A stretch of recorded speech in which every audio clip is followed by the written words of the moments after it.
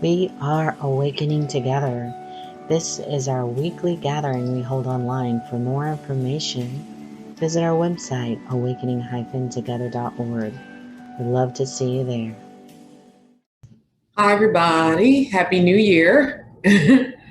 Hope your New Year was as quiet and uneventful as mine.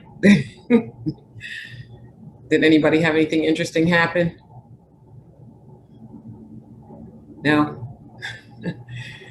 So hopefully this is just a new year just full of new beginnings and continued learning and just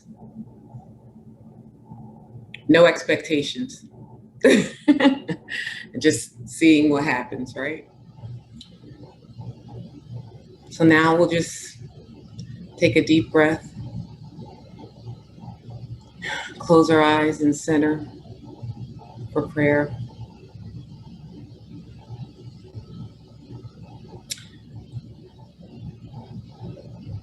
Knowing that this moment holds everything that we need. Knowing that everything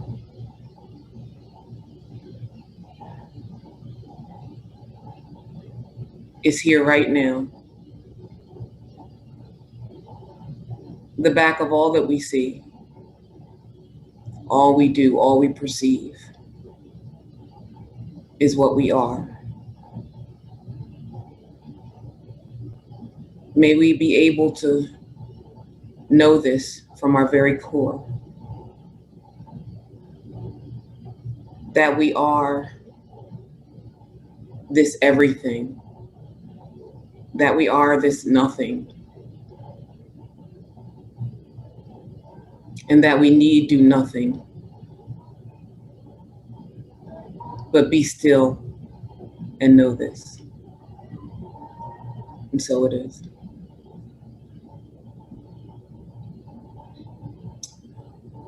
And then we'll have a reading by Cate Brennan, Nisargadatta, I Am That. That's chapter 7, The Mind.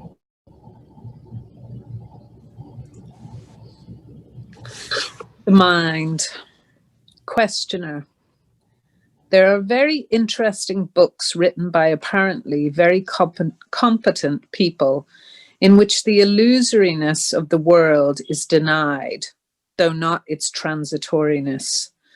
According to them, there exists a hierarchy of beings, from the lowest to the highest.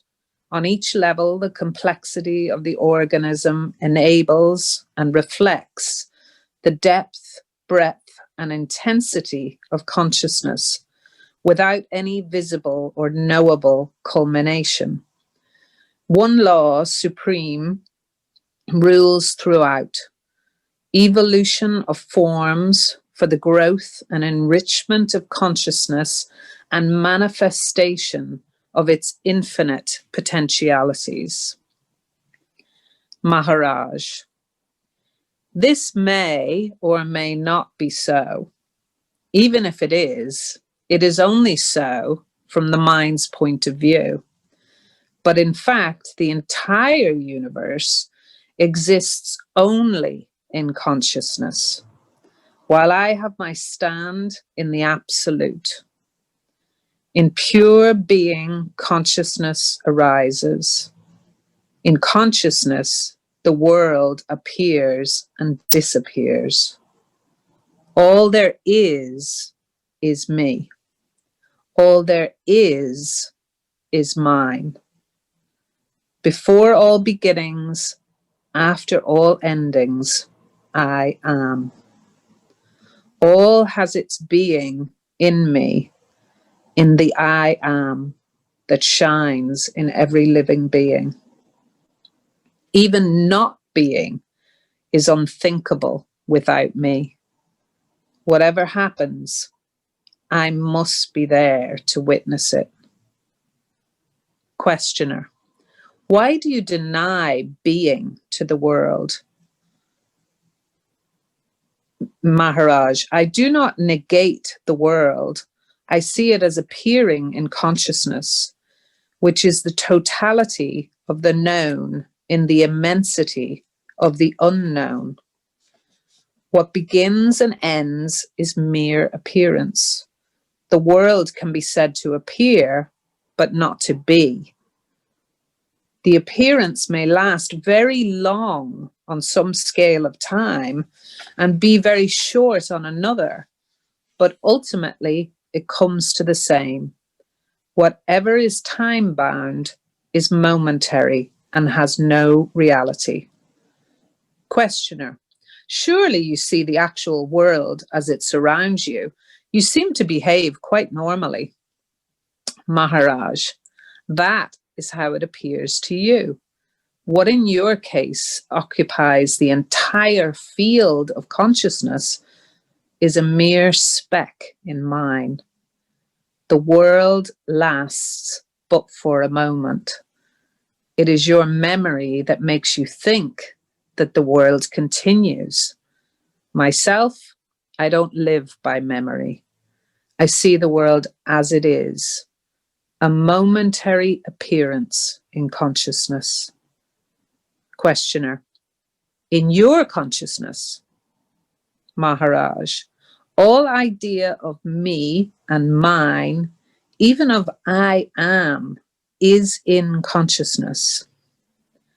Questioner: is then your absolute being unconsciousness? Maharaj: the idea of unconsciousness exists in consciousness only.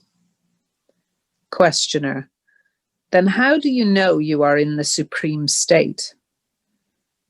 Maharaj: because I am in it. It is the only natural state. Questioner: can you describe it? Maharaj: only by negation, as uncaused, independent, unrelated, undivided, uncomposed, unshakable, unquestionable, unreachable by effort. Every positive definition is from memory and therefore inapplicable. And yet, my state is supremely actual and therefore possible, realizable, attainable. Questioner: are you not immersed timelessly in an abstraction?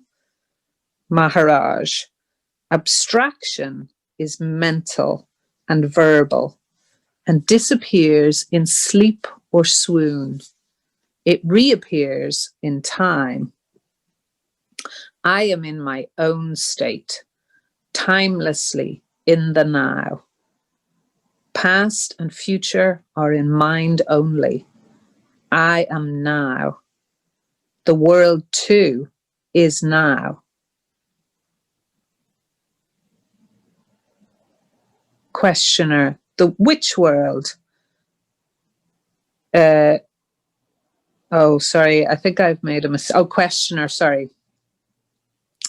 I made a mistake. Maharaj finishes with past and future are in mind only. I am now. Questioner: the world too is now. Maharaj: which world? Questioner: the world around us. Maharaj: it is your world you have in mind, not mine. What do you know of me when even my talk with you is in your world only? You have no reason to believe that my world is identical with yours. My world is real, true, as it is perceived, while yours appears and disappears according to the state of your mind. Your world is something alien, and you are afraid of it. My world is myself. I am at home. Questioner: if you are the world, how can you be conscious of it? Is not the subject of consciousness different from its object? Maharaj, consciousness and the world appear and disappear together. Hence, they are two aspects of the same state. Questioner, in sleep I am not, and the world continues. Maharaj, how do you know? Questioner, on waking up I come to know. My memory tells me. Maharaj, memory is in the mind. The mind continues in sleep. Questioner, it is partly in abeyance. Maharaj, but its world picture is not affected. As long as the mind is there, your body and your world are there. Your world is mind-made, subjective, enclosed within the mind, fragmentary, temporary, personal, hanging on the thread of memory. So is yours, says the questioner. Maharaj, oh no, I live in a world of realities, while yours is of imagination. Your world is personal, private, unshareable, intimately your own. Nobody can enter it. See as you see, hear as you hear, feel your emotions and think your thoughts. In your world, you are truly alone, enclosed in your ever-changing dream, which you take for life. My world is an open world, common to all, accessible to all. In my world, there is community, insight, love, real quality. The individual is the total, the totality in the individual. All are one, and the one is all. Questioner, is your world full of things and people as is mine? Maharaj, no, it is full of myself. Questioner, but do you see and hear as we do? Maharaj, yes, I appear to hear and see and talk and act, but to me it just happens. As to you, digestion or perspiration happens. The body-mind machine looks after it, but leaves me out of it. Just as you do not need to worry about growing hair, so I need not worry about words and actions.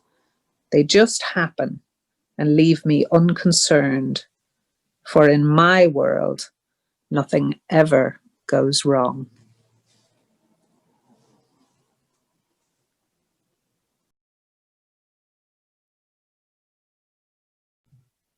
Thanks, Cate. That was beautiful. I know it's hard to go back and forth between those lines. You did a great job. Thank you. So I was really trying to think of, first I'll just go by mentioning the name of my homily was Be Sure of Nothing, Trust the Unknown as a Way of Being. And I felt like I gave my homily like a minute ago. So when I realized I was up again, I was like, ooh, what am I going to talk about? And, you know, nothing was coming up. And usually I kind of just, wherever I am, that's where my homily comes from, just because that's all I know.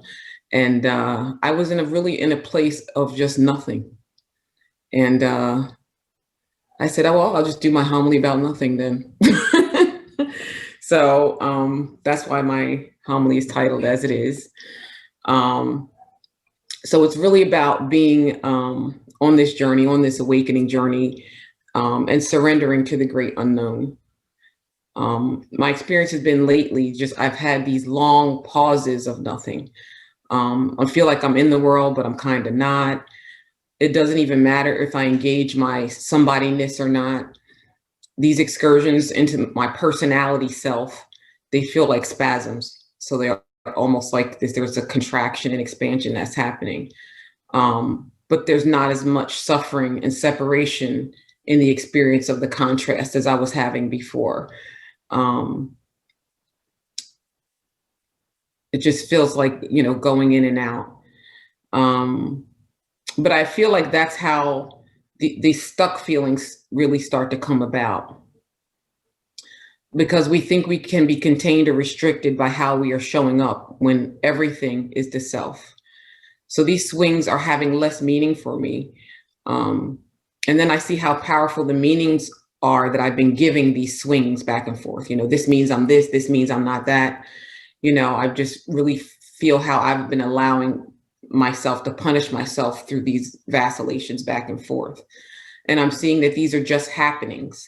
And the less meaning that I give these right or wrong minded activities, the less time I will be trapped in trying to get rid of a karmic pattern, which is a trap. And the more time I will be able to be the self and know myself as the self, the more time I will be able to give to that, the less time I'm giving to these appearances. So sometimes as I'm in this nothing space, I feel like there has been almost like a withdrawal, like I'm needing to be entertained by my mind. I often hear Helen Hamilton say in satsangs that awakening can seem very uneventful, that there may not be this, crescendo of sensory overload or emotional bliss, that there may be just a gradual shift in identity. As this happens, I feel my personality thirsting for something to do, to think about, worry about, get excited about, or even regret.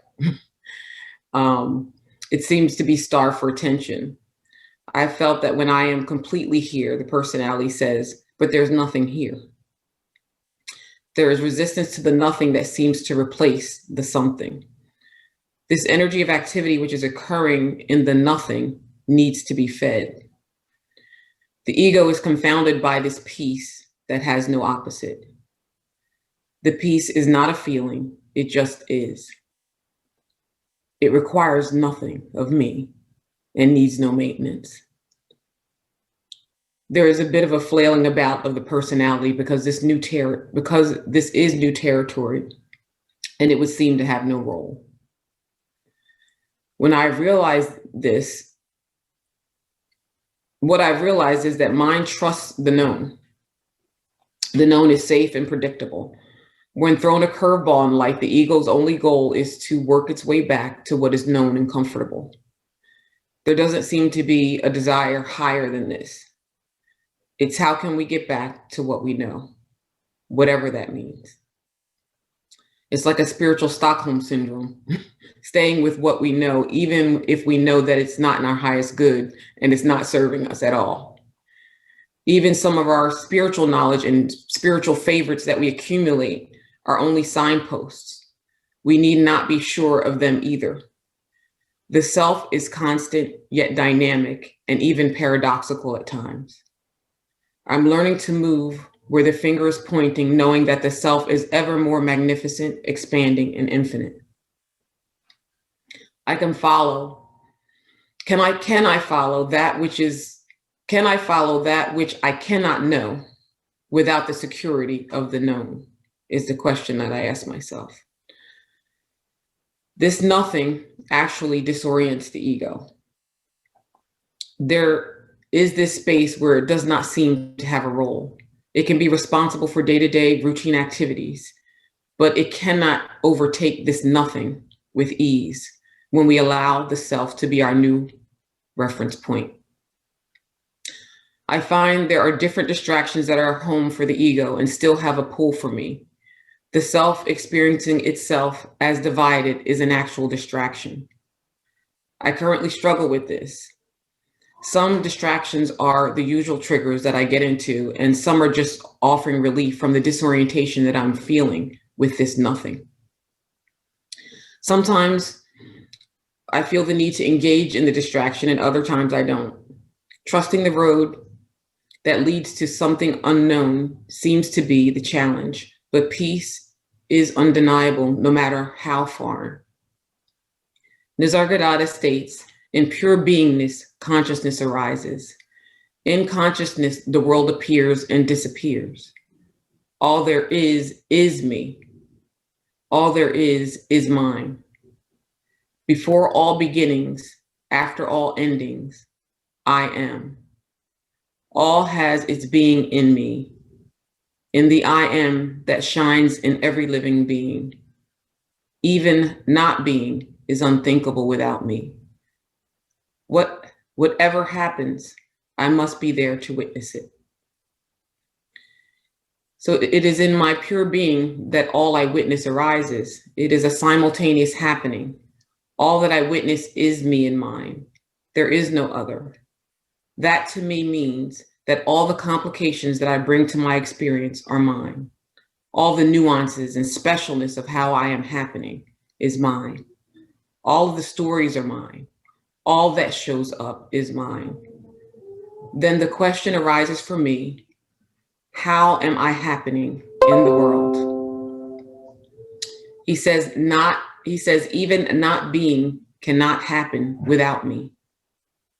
Nothing can happen without me. Nothing can happen without my witnessing.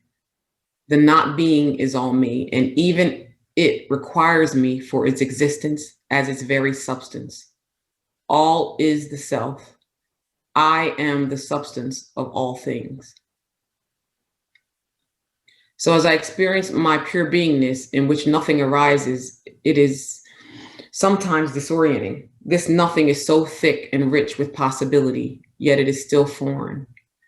This nothing, when nurtured, seems to disable the very habits that I've tried to dissolve with pure will, effortlessly. My use of force in the spirit of devotion just creates a perpetual struggle within myself, as the self rejects nothing, and my rejection of what is coming up just increases this idea of separation. If consciousness is the totality of the known in the immensity of the unknown, then it would seem that the unknown holds everything within it.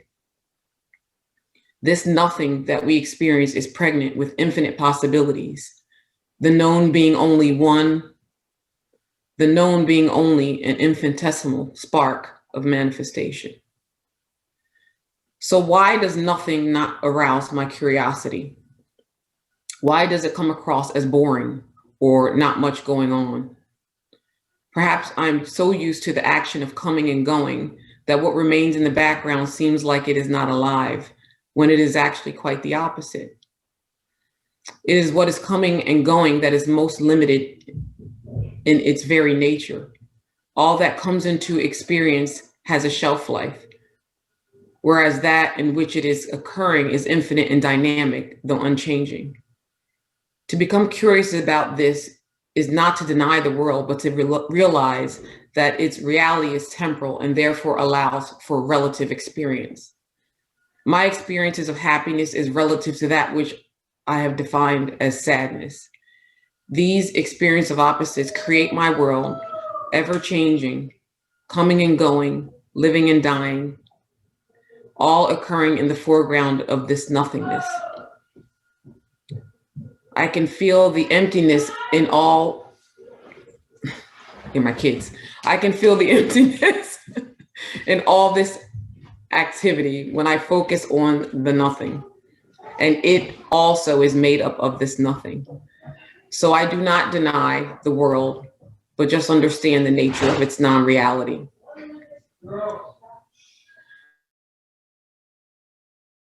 Nisargadatta says, what in case occupies the entire field of consciousness is a mere speck in mind. The world lasts for but a moment. It is your memory that makes you think that the world continues.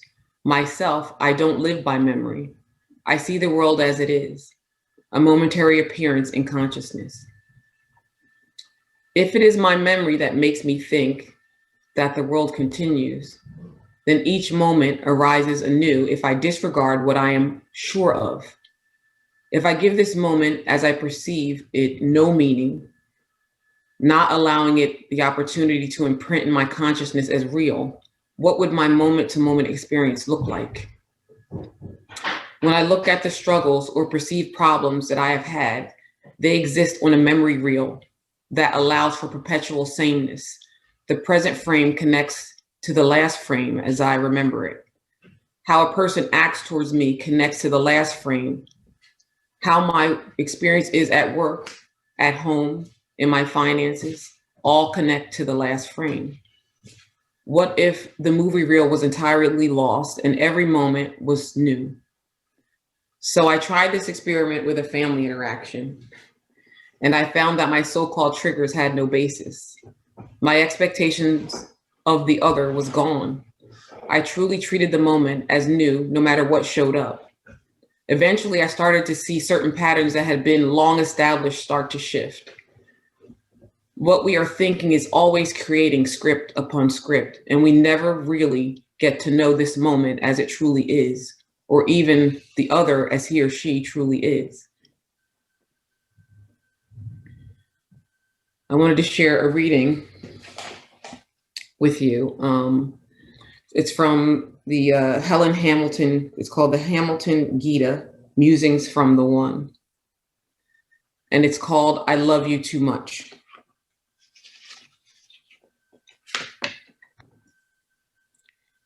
I love you too much to think about you.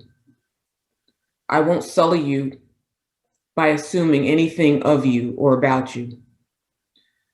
I won't burden you with any expectations or demands. I like to meet you as you are. I love you too much to separate you from me.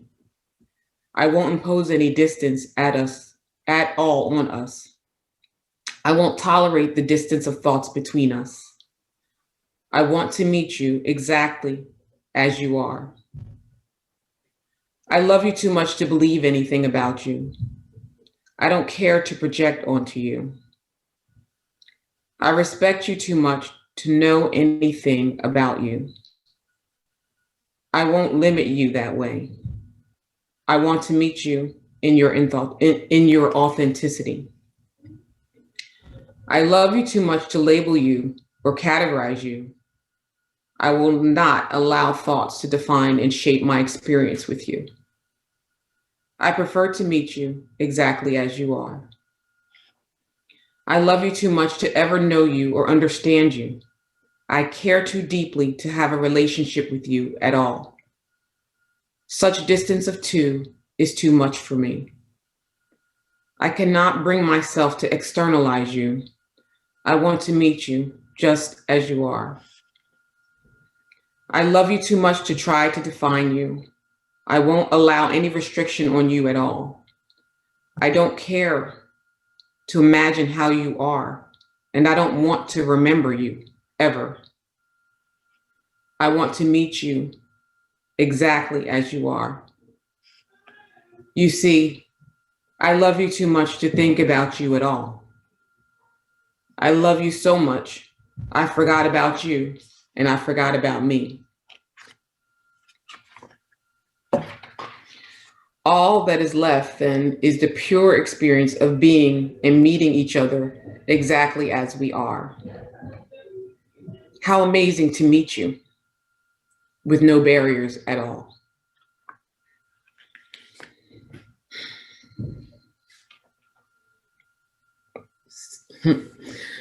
So Helen would say in a satsang how she realized that she'd never met her family members. I thought that was interesting. She'd say, I realized I never met my sister, or I never met my mother or my father, and what I understood was that we live each other through mind constantly, and we are never really meeting each other truly.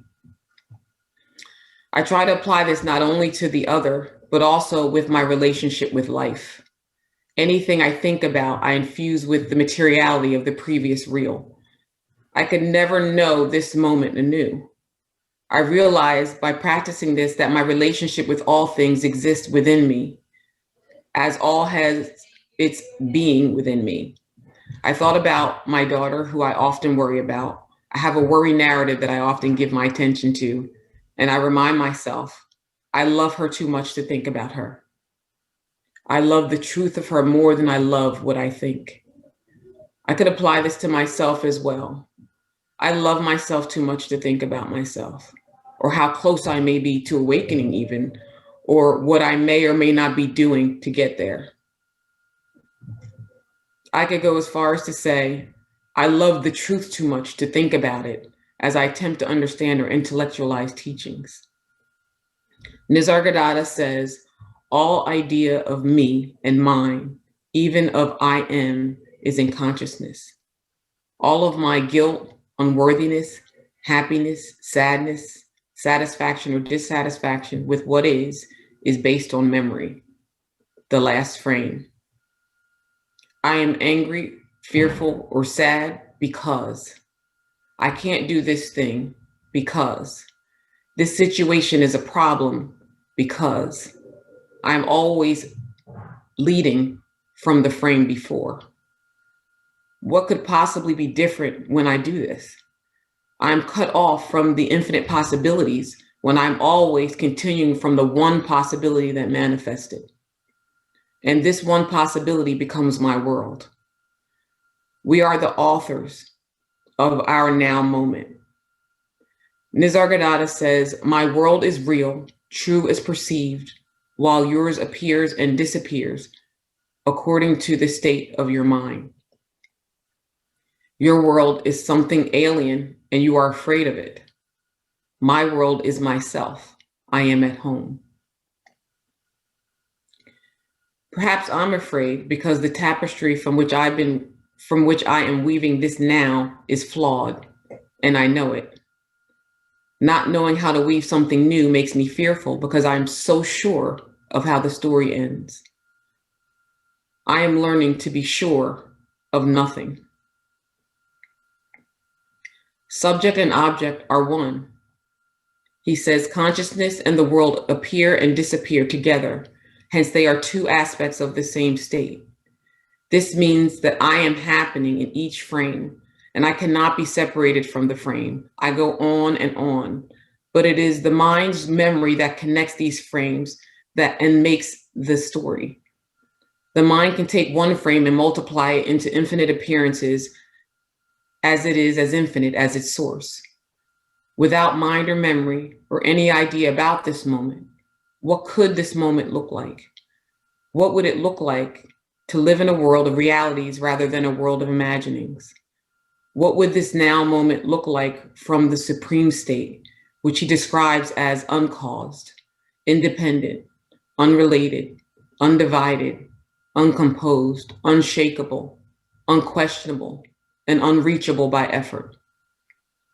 As we move towards realizing that we are awakened, we use tools given to clear the fog of what we are not. But the supreme state is not earned or powered by effort.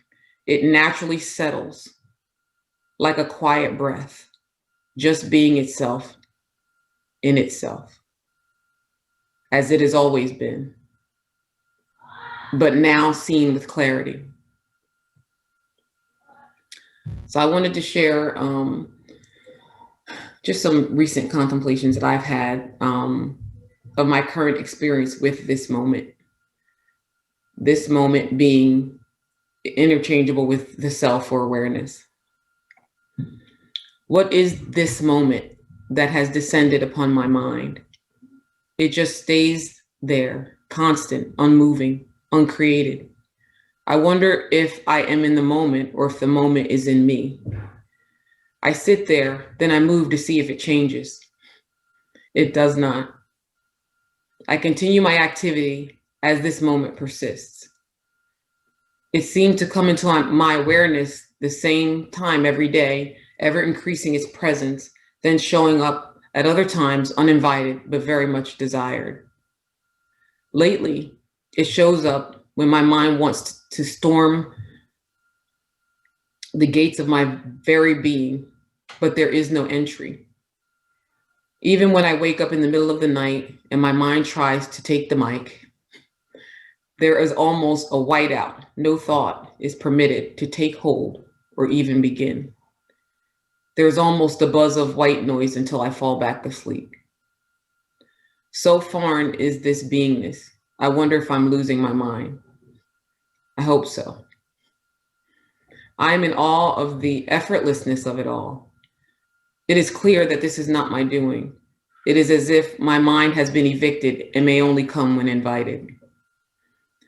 Even should I err, my mind's response seems muted. Its incessant review and critique of my day-to-day actions and my opinions are short-lived. The self-deprecating behaviors of mind have no fuel. I am embracing that this I am presence, this moment, as me, knowing that all that I witness is occurring in me. I realize it is all one, and that this language could not demonstrate truly what is happening, but this is my experience of it. Through all this, I'm realizing that mind perpetuates these karmic patterns through memory, but I'm realizing that I do not need to do anything about this. Though I desire awakening, this is the business of the self. The experience of this undoing is like someone cut the film tape and keeps cutting it when mind tries to join the frames together. What we desire is already happening. This is why this happening is effortless. About this moment, I keep tempting it to flee and keep trying to explain it to myself, but it just gets stronger. Of course, in my limited understanding, I want to grow this presence, this moment, but it does not seem to need me to be what it is. My world, which no one could enter, seems to be opening up. My dream seems to have been interrupted by my willingness for it to be so. This interruption does not need maintenance. It is the natural state of things. It is my fascination with the world that has covered up what I am. This moment that would seem to unveil itself has always been there. So what explains these intermittent glimpses of reality that we've all experienced? As I see it now, it is my someoneness that is coming and going, and not the other way around. And it is my willingness to let my someoneness go that makes reality more constant in my beingness. Therefore, we cannot lose it, nor do we have to sustain it. We can only cover it up with mind. Grace is in my willingness. There is no magic in this. I find that the more I feel my doing has brought me where I am on my awakening path, the more I find this belief being broken down. And this moment is proof that nothing could make me other than what I am. Nothing. What we are avoiding on our spiritual path could not change one thing about what we are. When we fall short, our eventual realization of this nothingness is truly grace. As we come to know the ultimate reality of what we are, this is the solvent in which these perceived sins dissolve. What I should or should not be doing on my spiritual path is none of my concern. My main concern is aligning with what I have seen over and over again with pure willingness. The appearance will take care of itself, as it too is the self. To know you are the self in the face of all that would contradict this is transformative. And that concludes my homily. And we'll have a song. So the song that I wanted to play, it's by a woman called Esperanza Spalding. She's a jazz bass guitarist. And the only reason that I know who she is, well, my husband is a jazz enthusiast, but he didn't know who she was either, is there was a Grammy, and the person who was up for Best New Artist was Justin Bieber. And she was the upset for this Grammy appearance. So she's beautiful presence. She came on stage just a waif of a woman with this huge afro, and everybody was like, Esperanza, who? You know. So this song is called Little Fly. It's a brief lyric that I wanted to share with you because she has a very delicate voice. It's Little Fly. Little fly, the summer's play, my thoughtless hand has brushed away. Am not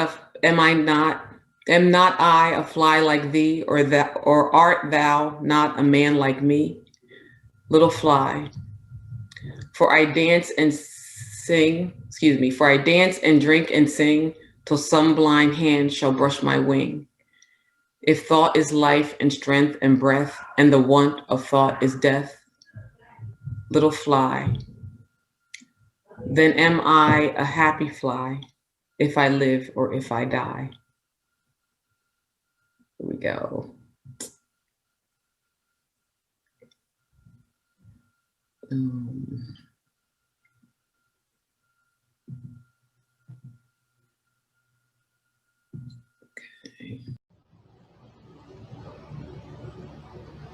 Waking Together thrives on our donations. Thank you. And anyone has anything they'd like to share?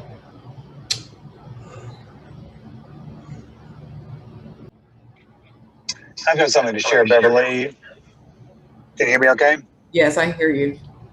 Sorry, I'm in my car, so I hope the noise isn't too bad.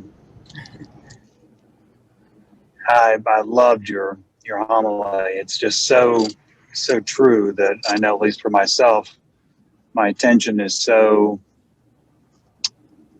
addicted, it seems at times, to the busyness of the mind, the story that the mind is making, that the clarity of just actually being present to experience what's happening in that temporal moment, the pristineness of that, without ever looking back. Because, if I ever use the word experience, then all of a sudden it's past history. It's looking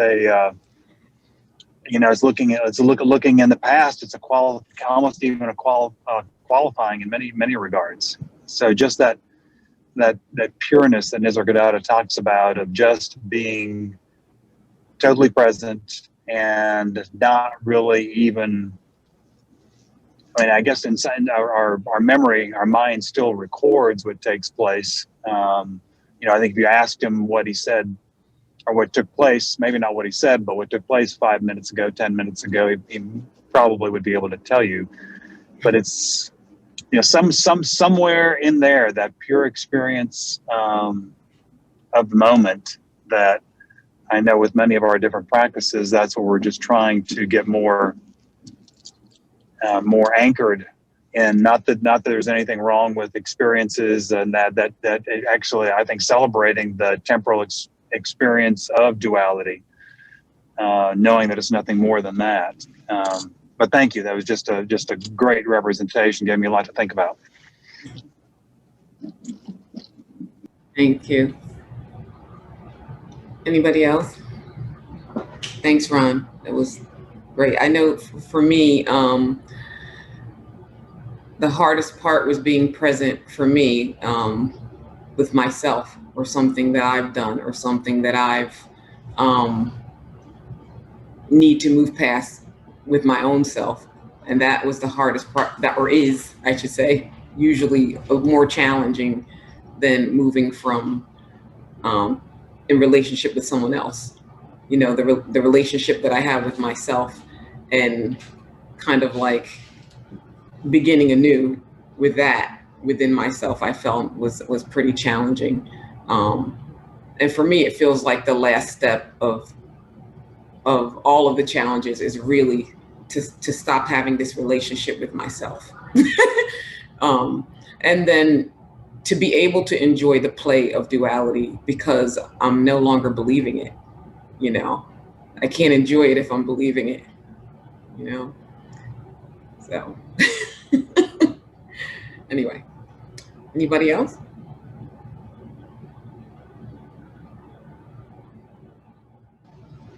Fun. All right, guys, anything else? I think we have 3 minutes left, right, Dawn?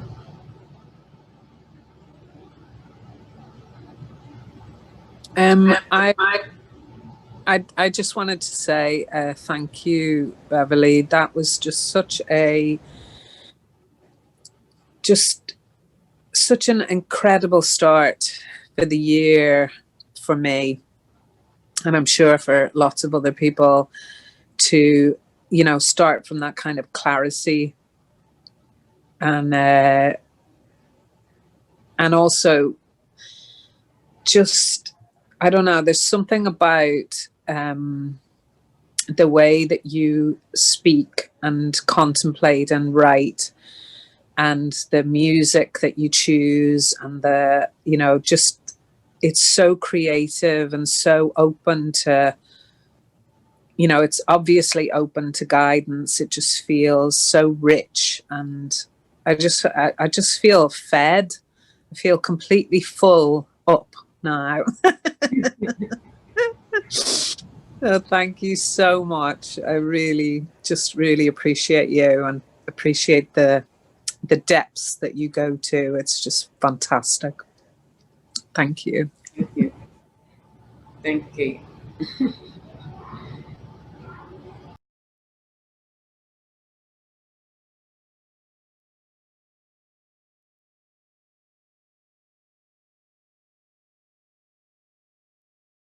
Yeah, I really appreciate everyone.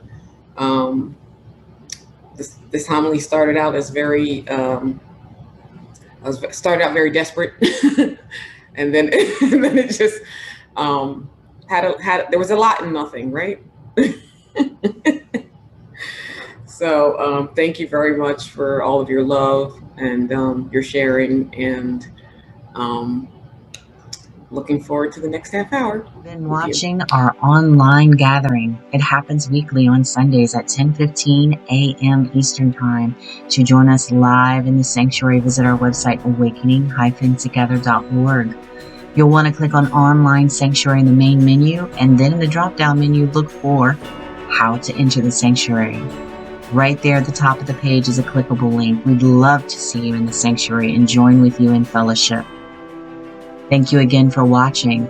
Also, please know that if you'd like to stay connected via the Awakening Together channel here on YouTube, you can subscribe and hit the bell for more notifications. We hope to see you in the sanctuary.